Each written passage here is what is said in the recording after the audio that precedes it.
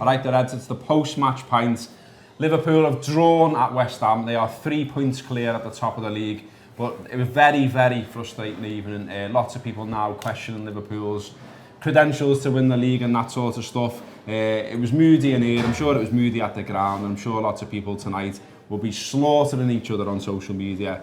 I'm not going to be on it. I can't be arsed. Anyway, how's your arse, Steve? 3 points clear in February. As good as it has been. I mean, you'd have bitten someone's hand off for this at the start of December, but now it feels like a massive blow. I don't know if this is the blip. If the blip is drawing a couple of games, then okay, fine, because you know the blip's going to come somewhere. If this is where it comes, then okay. But I think that after we talked ourselves into the idea that they get to go to Dubai, they want weather training in, since you've got to play a load of games against bin men, and then in the meantime we'll somehow work out the secrets of life and football and win every game 6-0 from here on in. It hasn't worked out that way, and it doesn't look like working out that way at the minute.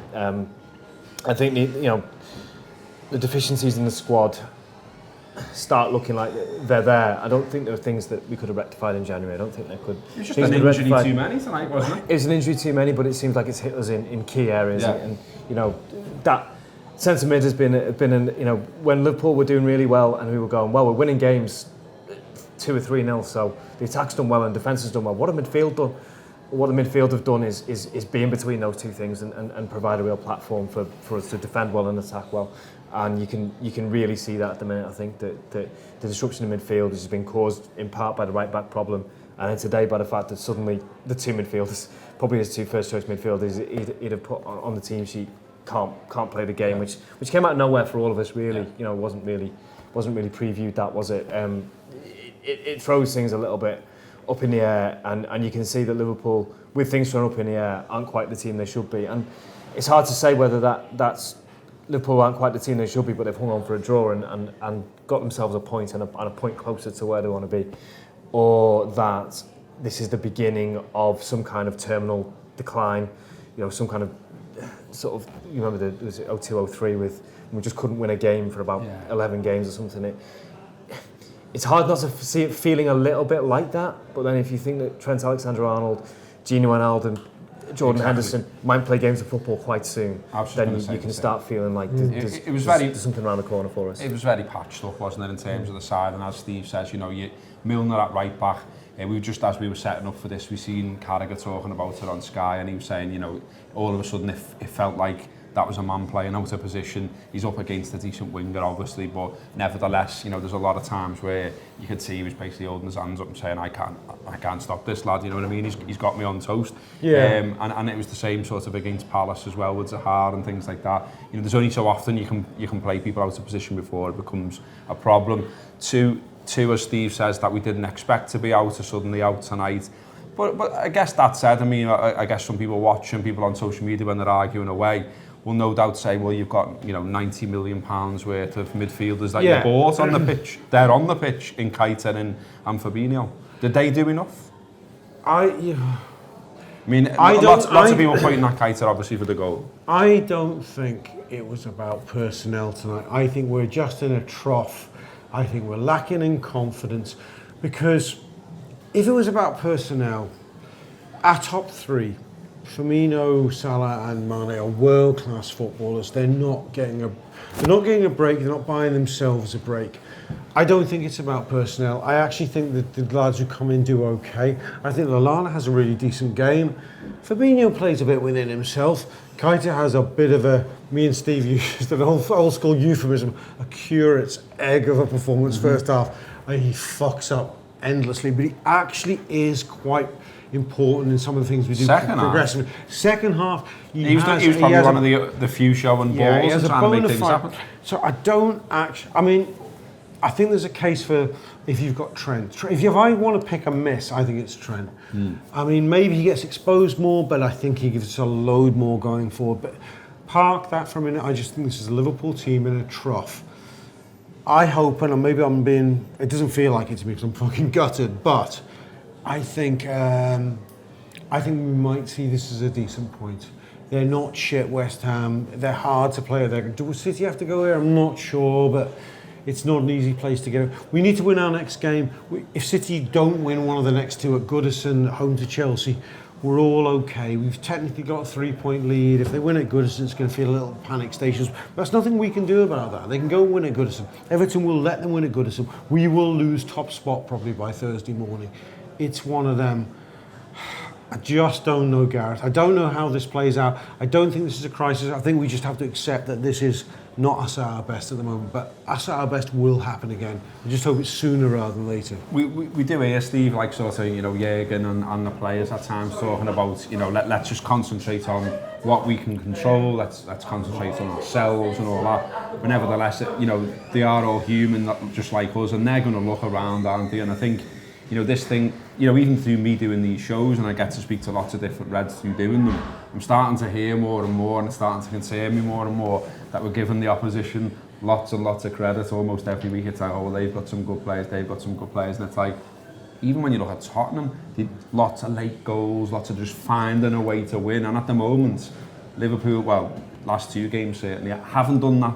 Find that way to win thing where you go, that's what the champions do and all that kind of thing. Do you know what I mean? I know what you mean. I mean, I suppose you look at the Palace game before that, which was the one we sort of did, and the Brighton game maybe that we did, but if you want to look at it as a pattern over that period of games, it's not been brilliant. It's not a big sample though, is it, if you think about it? Well, it's not a big sample, but in a since league like the turn this, of the year, you know, in a race like this, you know, with such fine margins, and it's a several games where Liverpool haven't really looked brilliant, I think, and you know, where individual players who make this team work, and I'm thinking Firmino in particular really poor tonight, wasn't he? was poor tonight. Salah, hard to see him involved in either of the last 2 games really in any significant way. It starts to feel like a problem, and it can't just be the fault of those individual players who haven't performed. There's systemic issues there, and there's issues around. I think it is the midfield, the disruption that we've seen in the midfield, but those things are going to happen in a season. I don't know. This can only make sense. You know, draws only really make sense with the results either side of them. If you go for a run of drawing games, you're going one way or the other. You're either resolutely, you know, you could look at this game and go, well, Liverpool probably could easily have lost this game. I've seen Liverpool sides that would have lost this game comfortably, would have lost this game 3-1, and this Liverpool team is resolute and it's solid, and it doesn't give goals away easily, which is mad to say when you think the goal we gave away was an easy goal. But from there we don't collapse. We're not a collapsible football team. You look at Arsenal against Man City. You know, the minute the pressure's applied to them, they and what just are we fold. saying if Origi scores in the last minute? What we're saying is that the linesmen are really bad. Scored 2 offside goals. But I think we're also building. Of course, we're going. We look like champions and all that kind of thing. It's a difficult one to call at this point, but it feels like the kind of game you look back on in 3 months' time and go, if we'd have only won that game, if we'd have only got those 2 points there, and you only get so many of them. You only get so many. Yeah, but there's not. Yeah, I suppose so. But it's not like we battered them and were lax. It was a tough game. But would you be happy with battering them? Or would you be happy, Leicester and West Ham are very similar football matches if you think about it. But Leicester are a better team than West Ham. Yeah, that's my worry. Well, Leicester at Anfield. I was able to talk about Leicester as, you know, and say that they're a good team. You know, looking like they're building towards a little bit of form, whereas West Ham have been in poor form. They're not a great team. And I don't think West Ham have to do loads there to get that. Like they just you know, they kept giving them lots and lots of credit about defending well, but all they've done is just got stuck in a little bit, and you know, they're very compact. Yeah, they were compact. They sat deep, but you see that all season, and Liverpool have found a way, in the past have found a way. Now starting to look like they can't find a way.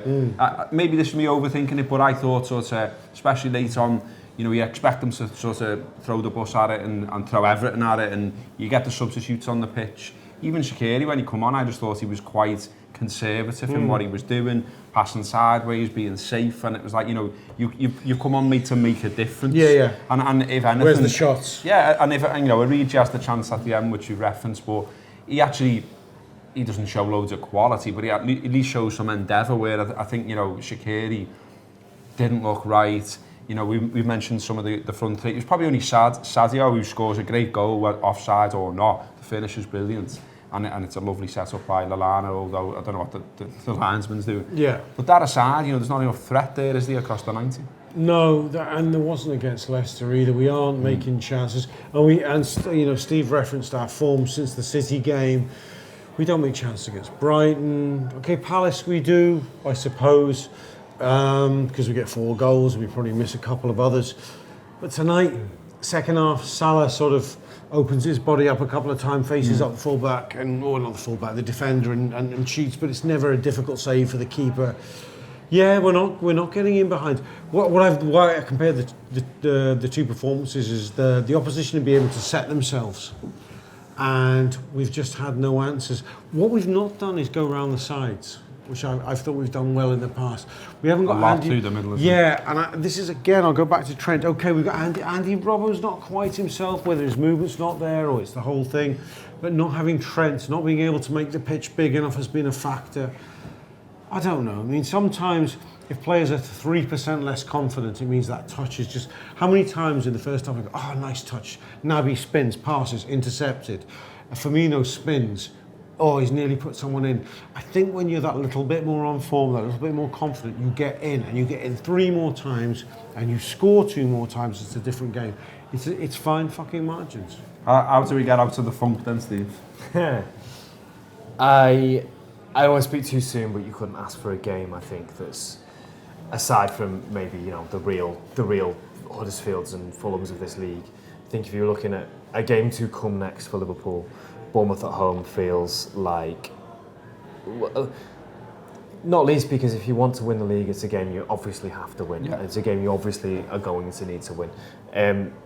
And they're a little bit compliant, I think. You know, I think that they're a good football team. They're probably a better football team than West Ham. They're better set up. They've got better technically, but they've got probably slightly fewer physical players, slightly fewer players who can sort of out-battle you for 90 minutes. Slightly to have a bit of a go, aren't they? Yeah, and you know, you feel like off the the back of the performance that we put in not that long ago, actually, away from home there, that Liverpool can draw on that, can look at fielding almost the same side, really. You know, it's one of Keita's better performances, I think, was away there. And seeing that influx of players coming back in, maybe with slightly fresher legs. I think the manager, conservative is not the right word, but he understands what a title race is. You know, I think we all being told, say he's got told Wijnaldum's 80% tonight or Henderson's 80%. We'd all rush them in because we all panic. Yeah. And the manager's job is not to. The manager's job is to go, what's best for Liverpool right now? And another 13 games. Absolutely. And it's a hard one to take sometimes. If you're him, you maybe come away going, well, we drew the game, we didn't lose the game. When I had to make these really tough decisions, because I'm a manager, and in management you have to make really tough decisions. And sometimes that will end up costing you things, and sometimes it'll be 51% the wrong decision and not 49% the right. But he lives or dies by the decisions he makes. He's got us to where we are now. It's not like he's walked in with us on 61 points or whatever we were on tonight, and started fucking things up. He's done really, really well. Steve, the decisions he's made have got us where they are right now. The footballers who he's put his faith in have got us where we are right now. Some of those footballers will probably be back for Saturday. If not, they'll be back for the game after that. We've got some massive, massive games. Those 4 games that we talked about, Everton, Chelsea, Tottenham, United away, we talked about as the ones that Liverpool couldn't lose. Well, they might now become must-wins rather than could not loses. Yeah. But let's win them and enjoy ourselves. Do you know what I think reboots us, Gareth? Beat Bournemouth. I hear what Steve says, but I think they'd be feisty. Just beat them 1-0, 2-1, whatever it is. I'm not saying win City. I don't give a shot. Anyway. And do you know what I think reboots us? Bayern Munich at home. I just think we discover ourselves again that game. Yeah. We may fuck up. I don't know. I just got a sense that the timing of that game is right. I maybe look very. You could lose that Bayern Munich game 2-1 in a high level game of football. I just have this gut feel, and I may look very stupid, that we will beat Bournemouth, and I don't think we'll be fantastic, but I think we'll beat Bayern Munich. I think we'll beat them well enough that we might discover a sense of ourselves. Well, I think that's how it has to play out. And if that happens, I think then it opens for us. Also, as well, I hope you don't mind me throwing you under the bus a little bit here, Rob, but you know, you are the vintage red in this threesome, and you can remember well us winning league titles. But what I was going to say was, you know, across a season, there are times where you have these type of periods that, you know, it's very rare, isn't it, that you see a team start in August, go all the way through to May and play brilliantly in every single match. There's times where there's blips, there's drop-offs, there's injuries, and you just got to sort of see it through, keep your cool and carry on, and that's what we've got to do as fans, and that's what the club as a collective has got to do as well, isn't it?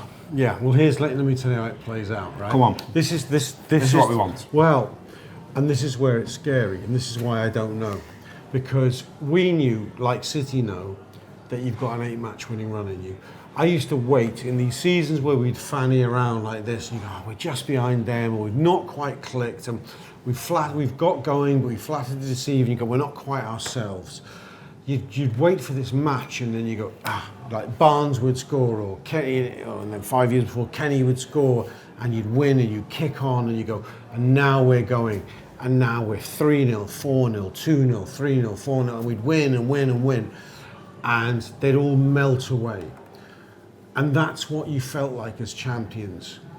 We haven't trod those boards, so we're not like that. And I you know, and there are lots of teams that haven't until they are.